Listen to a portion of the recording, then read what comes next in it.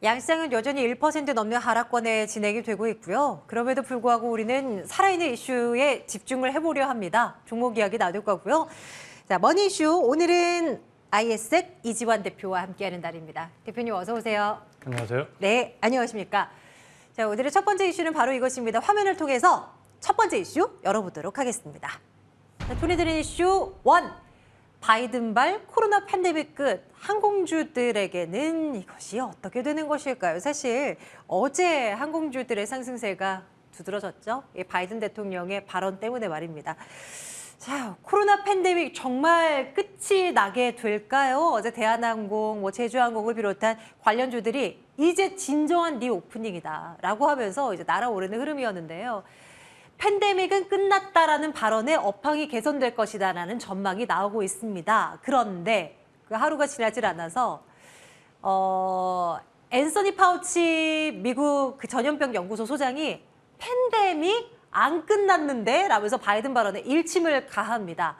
어쨌거나 이제 뭐 국내만 하더라도 실외 마스크를 완전히 벗는 그런 분위기로 좀 이어지는 분위기잖아요. 지금도 이제 밖에서 마스크를 벗을 수는 있지만 뭐 50인 이상 모임이 있을 경우 뭐 집회라든지 뭐 행사가 있을 때는 마스크를 다 써야 하는 그런 사항이 아직까지도 적용이 되잖아요. 이런 것들이 이제 곧 없어진다라는 어떤 기대감도 함께 좀 더해지는 듯한 분위기임은 분명히 보입니다. 뭐 어쨌든 항공주들의 우리는 주목을 오늘 해보려고 하는데요. 오늘 뭐 엄청 강하다라고 말할 수는 없지만 상대적인 강한 움직임을 보이고 있는 대표 종목 가운데 하나가 또 대한항공입니다. 실적에 대한 얘기가 또 긍정적으로 나오긴 해요. 영업이익이 괜찮을 거다. 왜?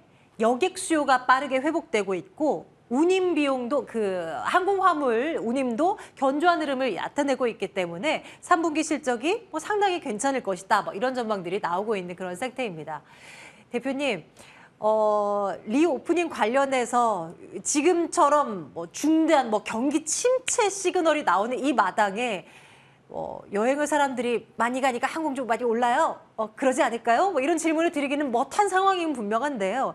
일단 조금 바람이 부는 것 같아서 또뭐 조금 단기적인 수익이라도 꾀할 수 있을 만한 이슈인 건지 궁금해요. 대표님 생각 궁금합니다.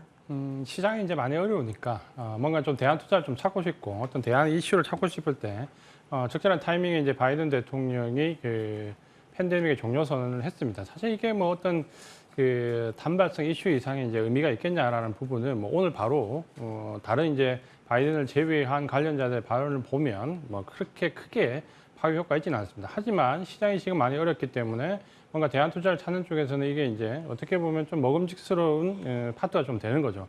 어제 이제 미국 증시가 그 1% 넘는 역시 이제 하락을 좀 하는 가운데서도 뭐 보잉과 같은 뭐 항공이나 여행 관련된 종목들이 상승을 좀 했습니다. 그러니까 미국도 역시 마찬가지로 이런 이제 엔데믹 관련되어 있는 종목들이 좀 상승하는 모습을 좀 보였습니다. 그러니까 여기 이제 우리 시장은 마침 또 최근에 그 말씀하신 것처럼 실내에서 저희가 그 마스크를 실내에서 무조건 안 쓰는 게 아니라 예를 든다면 뭐 야구장이라든지 이런 많은 사람들이 모이는 거 50인 이상에서는 지금도 축제라든지 이런 곳에 마스크를 써야 되는데 이걸 이제 해제하겠다라는 그 발언이 좀 나오면서 이 리오프닝 바이든과 관련되어 있는 엔데믹 발언과 우리 시장에서의 이 마스크 완화 조치가 겹치면서 오늘 일종의 이제 이슈성, 테마성으로 리오프닝 관련된 종목들이 시장이 어려울 때 상승하는 모습을 좀 보였습니다. 미국 시장은 항공이나 여행 관련된 종목들이 좀 혜택을 많이 받았고요. 반면 이제 우리 시장은 역시 이제 뭐 항공이나 여행 관련돼 있는 하나투어 같은 경우도 최근에 이제 이런 흐름으로 좋은 흐름을 좀 보였는데 오늘 이제 테마성으로 좀 강하게 상승하는 거는 엔데믹에서 이런 쪽도 강하지만 화장품 관련된 쪽이나 마스크를 벗는 쪽 이런 쪽이 좀 강하고 또 여기에 최근에 그 보면 중국에 지금 이제 시진핑 그 주석의 방한 얘기가 계속해서 이제 불거지고 있습니다. 그러니까 뭐 이게 시기적절하게 지금 됐냐 안 되냐 문제보다는 어쨌든 물밑에서 이 뉴스가 계속 나오고 있기 때문에 여기와 관련되는 게 이제 중국 소비재들이죠. 그렇다면 바이든의 엔데믹 관련된 발언 그리고 우리의 마스크 완화 조치 그리고 시진핑 대통령 방한 관련된 뭐 중국의 소비재 이런 영향을 본다면 이제 어느 특정 섹터들이 이제 누지 시각에 좀 보일 수 있는 거죠. 그거는 여행이나 항공뿐만 아니라 뭐 예를 들면 화장품이라든지 이런 쪽에 엔데믹과 관련된 종목들이 오늘 좀 강하고 그래서 오늘 시장이 그 상당히 좋지 않은데도 불구하고 보면 뭐 LG생활건강이라든지 아무래도 보시다시피 이게 상대적으로 상당히 강한 모습을 좀 보이고 있습니다. 만약에 이제 이런 종목들은 사실 그 오늘 이제 FMC를 앞두고 내일 이후에 그 주도주가 어떻게 바뀔지는 사실은 뚜껑을 열어보기 전까지 아무도 모릅니다. 그렇다면 이제 이거는 좀 짧은 시장이 어려울 때 그 대안 투자로서의 역할을 좀 할 수 있다라는 관점을 좀 보시고 정말 이제 펀더멘탈적으로 변화하는 여부는 좀 더 시간을 가지고 봐야 되기 때문에 단기적으로 접근하시는 분들은 제가 봤을 때 지금은 조금 늦은 것 같고요. 보유하고 계신 분들만 보유 영역으로 보시면서 신규 투자는 좀 내일 FMC 이후에 상황을 좀 보면서 가능하시는 게 좋을 것 같습니다. 네. 뭐 단발성 이슈를 머금은 이런 화장품이나 항공 섹터 외에도 다른 종목도 마찬가지 뷰이실까요, 대표님? 예, 일단 FOMC 지나고 나서 사든 팔든 좀 판단해보자, 뭐 이런 말씀이요. 그렇죠. 왜냐하면 사실 오늘 이제 FMC에서 그 75bp 정도 한다는 누구나 다 알고 있는데 그 관련되어 있는 내용에서 가장 중요한 건 결국은 이제 다시 파월 의장의 사실 어떻게 보면 입입니다. 네. 또 이제 어떤 발언이 쏟아질 거냐라는 네. 부분이 중요한데 그게 이제 경기와 혹은 금리 인상 이 두 가지의 그 관점에서 경기를 어떻게 판단할 것인지 그리고 지금 현재 이 고금리 기조가 언제까지 이어질 건지라는 그 판단에 따라서 어떻게 보면 그 시장이 상승할 수도 하락할 수도 있고 혹은 상승하더라도 예를 든다면 경기 관련된 종목이 맞는지 혹은 기술주를 바탕으로 한 성장주들이 맞는지는 사실 내일 뚜껑을 이제 열어봐야지만 결과를 알 수 있기 때문에 네. 지금 미리 판단하고 움직이는 것보다는 내일 판단을 하루 정도 미뤄두시는 게 좋습니다. 그러게요. 정말 예측 불가니까 말입니다. 뭐 시장이 또 그 파월의 발언을 듣고 어떻게 이해하고 어떻게 해석하는지까지도 우리가 생각을 해봐야 되는 부분이어서요. 참 어렵네요. 오늘 밤 그리고 내일 모레까지 주말 앞둔 그 금요일까지 참 힘겨운 흐름이 계속 이어지지 않을까 싶어요. 어쨌거나 또 이렇다 확실한 좀 방향은 잡혀야 또 우리도 뭐 이렇다 할 대응 전략을 좀 짜기가 쉬울 텐데 말입니다. 자, 일단은 그런 얘기는 이제 내일 또 해보도록 하고요. 일단 다음 이슈로 또 넘어가 보도록 하겠습니다. 다음은 바로 이것입니다. 리포트 하나 열어볼 건데요. 잘 나가는 아이폰 14 프로에 덩달아 웃는 기업이 있습니다. 어딜까요? 바로 LG노텍입니다. 뭐 애플 관련한 종목 가운데 뭐 대표적이라고 하면 LG노텍을 뭐 일단 1순위로 머릿속에 떠올리게 되는 것 같아요. 간밤에 뉴욕장이 많이 떨어졌잖아요. 1% 안팎으로 하락을 했고 대부분의 종목들이 마이너스로 마감이 됐고 그런데도 불구하고 애플만은 1% 넘는 상승을 보여주면서 그 면모를 과시했습니다. 아이폰 신작이 나왔습니다. 그런데 사전 예약 수요가 꽤 많은 거죠. 아니 경기 침체라고 하면서 경기 침체 곧 미국은 뭐 사실상 들이닥친 거나 다름없다라는 발언들이 그렇게 많이 나오는데도 그 비싼 아이폰은 그렇게나 산다고 합니다. 게다가 싼 버전 말고 아니 그냥 기본 버전 말고 비싼 버전 있잖아요. 아이폰 14 프로에 대한 수요가 많아서 크리스마스 시즌이 되면 재고가 부족할 것이다. 뭐 이런 이야기들까지 나오고 있는 그런 형국인데요. 그러면 과연 LG노텍을 비롯한 애플향 관련주들 수혜를 받을 수 있을까요? 들여다보겠습니다. 스마트폰 시장 침체 우려는 여전합니다. 그럼에도 불구하고 굳건하게 살아남는 기업이 애플이다라고 이제 지적을 하고 있는데요. 아이폰 14 시리즈의 사전 예약이 호조를 보이고 있고 앞서 말씀드렸던 대로 프로 이 버전의 흥행이 예고가 되고 있는 그런 실적입니다. 아마 이번에 나온 이 스마트폰 기종 가운데 한 60% 정도가 프로 시리즈 판매 비중이 되지 않을까라고 이제 리포트는 내다보고 있는데요. 그래서 LG노텍의 수혜가 예상된다라는 것입니다. 그럼 LG노텍이 아이폰 14 버전에 어떤 걸 합니까? 카메라잖아요. 이전까지는 후면 카메라만 주로 담당을 했었다면 이제 전면 카메라도 납품을 하기 시작했고요. 여기 가운데 센서 시프트라고 해서 뭐 이제 조금 더 이렇게 눈여겨볼 만한 그런 부분들을 LG노텍이 거의 담당을 하고 있기 때문에 우리가 눈여겨볼 만하다라는 부분입니다. 주가는 사실 뭐 오늘 시장에서 조금은 밀려나고 있는 형국이긴 한데 애플이라는 어떤 거대한 공룡을 등에 업고 조금 LG노텍도 긍정적으로 바라봐도 될지 궁금합니다. 대표님 어떤 시각 가지고 계신지 궁금해요. 역시 이제 마찬가지인데요. 사실 이제 시장이 어렵다 보니까 우리가 대안 투자를 많이 찾게 되는 거고 어제 이제 미국 시장을 보면 정말 그 대다수의 종목들이 하락하는 가운데 상승했던 게 그 리오프닝 관련된 뭐 봉이라든지 아니면 이제 애플이었거든요. 사실 이제 애플 아이폰 14는 사실 대안 투자로서 역할을 최근 한 두세 달 동안 굉장히 많이 해왔습니다. 그러니까 가장 먼저 이제 우리가 이 시간을 통해서 분석을 해드렸지만 그때 이제 애플 아이폰 14에서 가장 각광을 받을 게 사실은 이제 애플 PCB, 디스플레이용 애플 PCB 관련돼서 우리가 BHA에 관해서 한번 진단을 해드렸고요. 그러면서 이제 관련된 종목들이 상당히 시장이 어려운데도 불구하고 좋은 흐름을 보였다라고 말씀을 좀 드렸는데, 이제 어느 정도 이슈가 어느 정도 조금 사그라들려고 하니까 이제 나온 부분이 F14 프로입니다. 사실 이제 지난번 모바일 폰 진단을 다 해드렸기 때문에 경기가 둔화되든 혹은 위축되더라도 상당히 어려운 가운데서 선방할 수 있는 유일한 모바일 폰은 아이폰 14와 삼성의 폴더블 폰. 이 두 가지라고 말씀을 드렸는데 그 두 가지가 삼성 폴더블 폰 같은 경우는 뭐 전년 대비 매출액이 한 2배. 아이폰 14는 이제 최근에 이 이슈나 테마가 형성된 이유가 초도 물량에 대한 발주를 냈는데 아이폰은 대부분 이제 외주로 부품을 조달하기 때문에 조립하기 때문에 초도 물량이 이미 이제 초대 물량이 9천만 대 이상을 상회했다는 게 뉴스에 나왔죠. 그러다 보니까 이전에 이제 아이폰 신작 시리즈가 나왔을 때 9천만 대 정도로 평균을 잡고 지금 상황이 어려우니까 이것보다 상당히 못 미칠 것이라는 우려감이 많았는데 지금은 그걸 넘어서서 오히려 초도 물량이 9천만 대를 넘는다라는 게서 이제 테마나 이슈가 좀 강하게 형성이 되었고요. 이 LG 이노텍 같은 경우는 특히 아이폰 14 프로가 최근에 점유율이 평균 한 40% 정도 되는데 아이폰 내에서 이번에는 프로가 오히려 60%는 절반 이상 될 것이다라는 기대감. 그러면 거기에 이제 혜택을 입는 것은 카메라 모듈. 카메라 수도 절대적으로 LG 이노텍은 공급처가 늘어나지만 숫자가 늘어나지만 사양 자체도 좀 다르기 때문에 거기에 대한 반대급부가 있을 것이다라는 게 최근의 논리입니다. 하지만 우리가 지난번 FPCB 때 말씀드린 것처럼 지금은 시장의 테마가 FPCB 쪽으로 강하게 형성되고 이 카메라 모듈 쪽은 어떻게 보면 이런 이슈나 그런 부분이 단기 이슈를 넘어서서 장기적으로는 LG 이노텍 같은 경우는 지난 1년 동안 시장이 어려울 때 2배 상승했습니다. 그러니까 굉장히 이런 부분이 많이 반영이 되었고 특히 LG 이노텍이 카메라 모듈과 관련된 부분에서 이슈는 모바일 폰 부분도 있지만 우리가 알고 있는 자율주행 관련된 부분에서 사실은 더 크게 모멘텀을 받았습니다. 이게 이제 자율주행 관련해서 단가가 카메라보다도 훨씬 더 2배 이상 되는 부분도 분명히 나와 있고요. 여기에 이제 시장 성장도 카메라 모듈 부분에서 자율주행 쪽에 2배 이상 넘어갑니다. 그러니까 이 부분을 등에 업고 LG 이노텍이 상당히 많이 가격이 급등했는데 지금은 이제 이런 부분들이 대다수가 가격에 많이 반영되어 있기 때문에 이 부분을 가지고 조금 더 모멘텀을 확대하려면 사실 쉽지가 않습니다. 그래서 차량용 보시는 것처럼 카메라 모듈은 출하량이 지금 현재 2배 이상 예상이 되고 있거든요. 여기에 단가도 개수도 모바일 폰보다 2배 이상 단가도 한 3, 4배 사이가 납니다. 그러니까 이런 부분들을 본다면 아마 이제 LG 이노텍의 향후 모멘텀은 아이폰에 비롯되어 있지만 향후에는 아마 이제 자율주행과 관련된 부분에 모멘텀이 더 클 수 있다라는 쪽을 좀 보셔야 되고 그렇다면 이번에 아이폰 14에 따라서 나오는 모멘텀은 일단은 제한적으로 좀 보셔야 될 것 같고 너무 단기적으로 기대감을 가지고 접근하는 부분은 바람직하지 않다.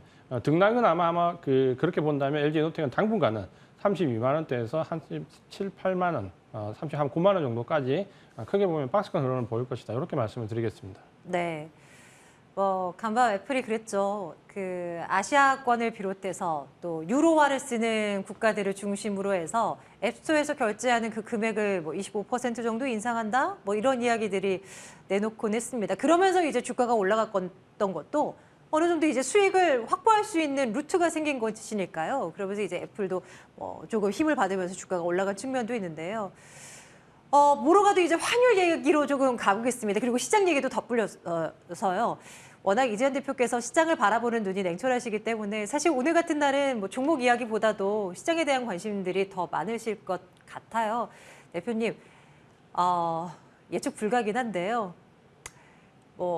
지금 내일 만약에 어쨌거나 자이언트 스텝을 단행하던 가능성이 희박하지만 울트라 스텝을 단행하던 미국은 또 한 번의 금리 인상을 단행하는 것이고 남아있는 2번의 회의 동안 또 올릴 것이란 말입니다. 거의 이제 달러가 더더더 강해질 만한 요인들이 아직도 남아있는 그런 형국인데요.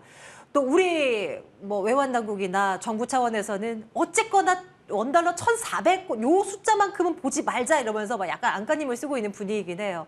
앞으로 흐름을 좀 어떻게 예상을 해야 할지 어려운 질문이 될 것 같습니다. 환시장에 대한 전망 좀 해볼까요? 일단은 환율은 좀 열어놓고 봐야 됩니다. 지금 이제 외환 당국에서 방어를 좀 한다 하더라도 지금 우리 그 원화의 약세라기보다는 달러의 강세 현상이기 때문에 이거를 원화로 방어를 한다는 것은 상당히 쉽지가 않습니다. 그러니까 요거는 우리가 어느 정도 속도 조절을 하더라도 위쪽을 열어놓고 봐야 되고, 다만 지금 이제 원화 약세에서 비롯된 부분이 아니기 때문에 우리 시장의 구조적인 취약점으로 불거진 부분이 아니기 때문에 이 부분을 가지고 경제 위기론으로 그 확대 해석할 필요는 전혀 없을 것 같고요. 네. 특히 이번에 그 아마 이제 한미 정상회담에서 그 스와프 얘기가 나올 건데 이 통화 스와프가 어떻게 체결되는지 여부를 조금 볼 필요가 있고, 아마 제일 궁금한 게 내일 당장 FOMC 이후에 시장이 상승할 것이냐 하락할 것이냐인데 맞아요. 확률적으로 보면 네. 최근에 한 1년 동안 오랫동안에 그 금리 인상을 발표한 날은 오히려 주가가 올랐습니다. 그러니까 확률적으로 오를 수는 있는데 그게 이제 지속되냐 여부인데 그거는 결국 이제 시장이 어떻게 봐야 되냐 두 가지 시각입니다. 상승할 경우는 결국 이번에 75bp를 하게 되면 75bp 세 번 연속이잖아요.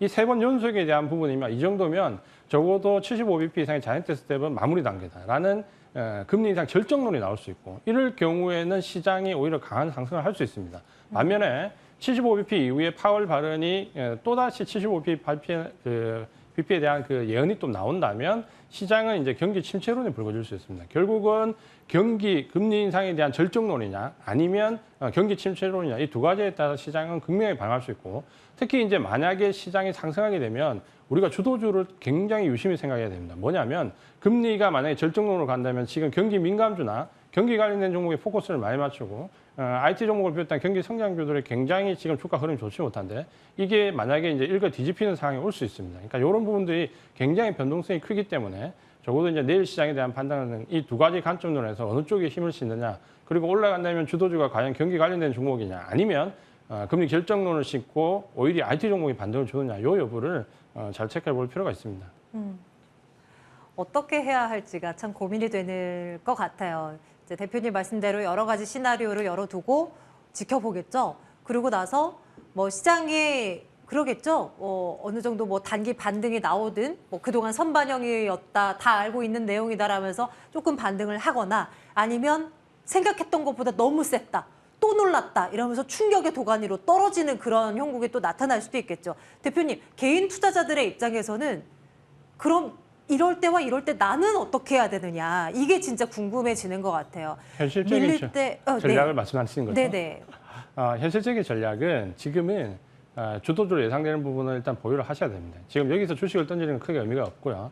비주도주라고 생각되는 건 일단 현금화를 조금 오늘 하셔서 네. 만약에 내일 시장이 좋아진다 하더라도 주도주는 바뀝니다. 그럼 그 주도주를 쫓아갈 수 있는 현금이 있어야 되고, 만약에 시장이 충격을 받더라도 6월 저점을 안 깰 확률도 상당히 높습니다. 이미 잭슨홀 미팅에 때 파월의 강성 발언이 없었다면 내일 충격이 크겠지만 네, 잭슨홀 미팅에 때 이미 우리가 충격이 한 80~90%를 받았기 때문에 추가로 나오는 여진을 만약에 가지고 6월 저점을 안 깬다면 굳이 주식을 매도할 필요는 없습니다. 그러니까 그렇게 조금 냉철하게 판단을 하시고 대응을 하시는 게 좋을 것 같습니다. 어제 기사 내용 중에요, 대표님, 개인 투자자들이 신저가를 기록하고 있는 카카오와 네이버를 그렇게 쓸어담는다는 기사를 봤어요. 오늘 삼성전자도 그렇고 이 성장주의 대표적인 그런 어떤 대장인 네이버, 카카오, 뭐 금리 인상에 취약하다고 하는 이 두 기업도 또 한 번의 신저가를 기록하고 있는 상황인데요. 이런 종목들을 사들이고 있는 개인 투자자들에게는 어떤 이야기를 좀 해드려야 될까요?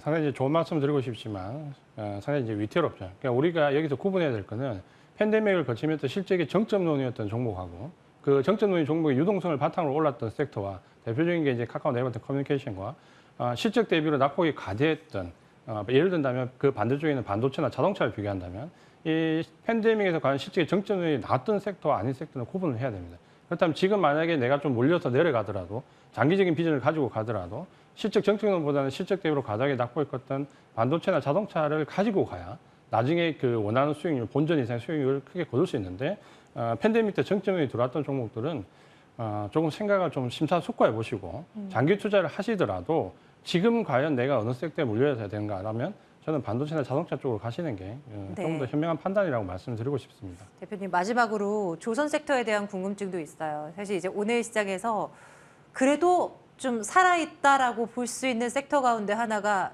조선이라고 보여져요. 일제히 빨간불이 들어온 종목들이 많기도 하고, 또 생각해보면 그동안 강했었던 태조 이방원의 조 아니겠는가, 뭐 이런 이야기. 여기서 또 돌아가는 건가? 이렇게 생각하는 투자자들도 계실 것 같은데요. 이에 대한 전략은 좀 어떻게 가져가야 될까요? 이거는 이제 우리가 지난번 환율할 때 제가 말씀드렸는데 지금 이제 환율에 대한 공포심을 가지는데 역으로 환율에 대한 수혜를 생각할 때 그럼 내가 과연 뭘 사야 되냐라고 보면 그건 이제 단연 조선의 자동차입니다. 그러니까 환율 수혜에 의해서 실적이 굉장히 빠르게 개선되고 있고 오늘 이제 현대위포조선 같은 경우는 MSCI 편입 얘기가 나오면서 오히려 이제 더 강세를 띠는데 결국은 지금 여기서 무너지는 섹터와 무너지지 않는 섹터의 차이점은 외국인이 방어를 하느냐 안 하느냐의 차이인데 외국인이 매집했던 그 총량에서 지금 현재 이 위기에서 매도하는 총량이 20%를 넘어가지 않는 대표적인 섹터가 자동차고 조선입니다. 그렇게 본다면 오히려 이런 종목들은 이번 위기를 통해서 중장기적인 비전을 좀 모아갈 수 있고 특히 조선 같은 경우는 환율 수의 실적 개선 그리고 외국인 수급을 바탕으로 해서 지금으로서는 대안투자로서 상당히 그 가치가 있습니다. 다만 종목별 접근은 상당히 어렵습니다. 왜냐하면 우리나라 조선주는 굉장히 국한돼 있고 지배구조가 상당히 복잡하기 때문에 이런 걸 좀 판단하셔서 대안투자를 찾는다면 뭐 현대위포조선 같은 경우가 상당히 좋은 투자가 될 수 있고 그 외에 이제 관련된 기자재들 이렇게 보시는 것도 괜찮다. 이렇게 말씀을 드리겠습니다. 네, 요즘같이 어려운 시대에서 대표님이라면 투자를 잠시 접습니까? 어떤가요? 저는 여기서 정말 강조드리고 싶은 부분이 있는데 여기서 절대 주식을 접으면 안 됩니다. 왜냐하면 안 된다고 말씀하시나요? 지금 맞아야 될 매가 만약에 10대라면 이미 9대를 맞았거든요. 9대를 맞고 주식을 포기하는 경우는 결국 주식을 고점에 사서 저점에 파는 행위가 똑같습니다. 여기서 추가로 한두 대 더 맞더라도 이미 8대 이상 맞았다면 겁을 먹지 마시고 내가 이 종목은 보유해서 충분히 장기로 끌고 갈 수 있다. 삼성전자, 현대차, 뭐 조선 관련된 종목들 지금 구간에서 절대 파시면 안 되고요.